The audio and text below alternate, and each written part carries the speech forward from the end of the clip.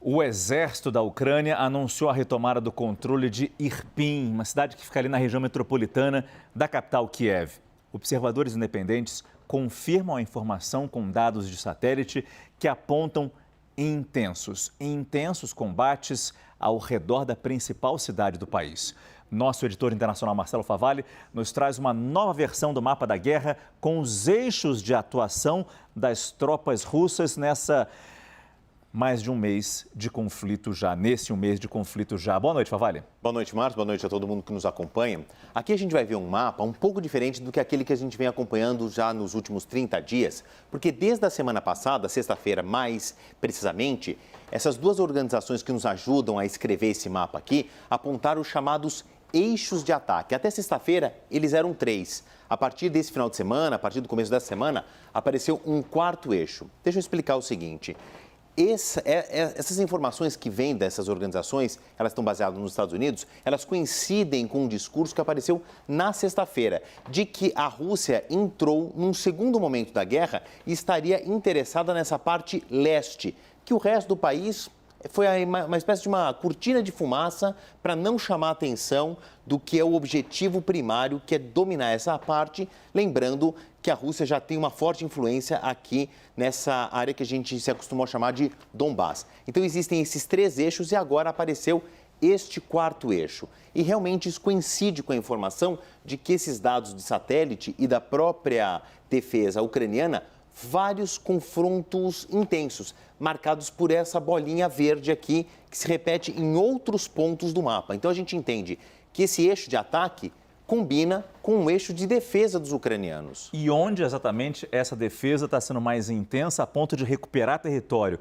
Ucranianos tomando terreno que havia sido ganho pelos russos. Agora vem um outro mapa com esse detalhe mais específico. Se a gente olhar de novo para a capital Kiev, a gente vai ver esse círculo aí significam que, pelo menos nas últimas 48 horas, houve intensos confrontos. E a gente vê que esses intensos confrontos eles estão na região metropolitana de Kiev, na parte oeste, né, na margem oeste do rio que corta a capital, e também um pouco no leste. E não coincidentemente, o que houve? Uma recuperação do terreno. Então, essa parte azul que a gente vê no mapa é a recuperação do terreno. A mancha vermelha é a presença forte do exército russo. E esses pontos alaranjados aqui são muito importantes. São pequenos vilarejos ou cidades menores, regiões ali mais afastadas do centro, que estão sob domínio dos russos e que são pontos de colocação de artilharia de longo alcance ou de médio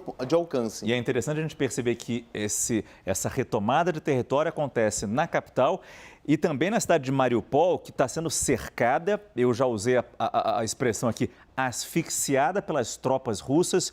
E alguns falam até naquela estratégia de terra arrasada.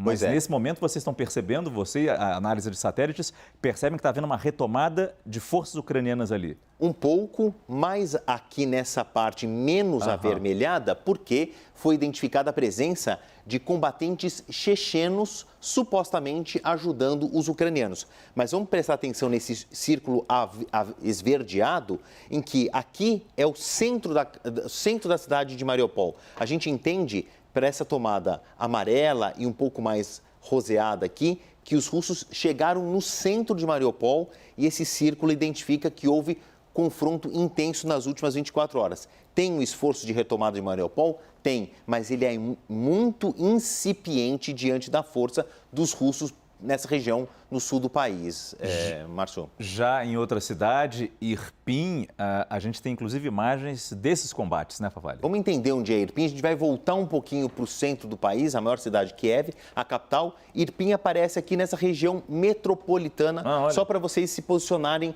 no mapa. Não estamos falando da capital propriamente dita, mas eu estou falando de um raio de 25 quilômetros, né? É o que aqui no Brasil a gente chamaria de região metropolitana. Olha como está a região. Esses fortes confrontos forçaram quem ficou no país a fugir. Aqui é a declaração da defesa ucraniana dizendo que eles retomaram o controle de Irpin. E olha essas cenas de domingo e dessa segunda-feira.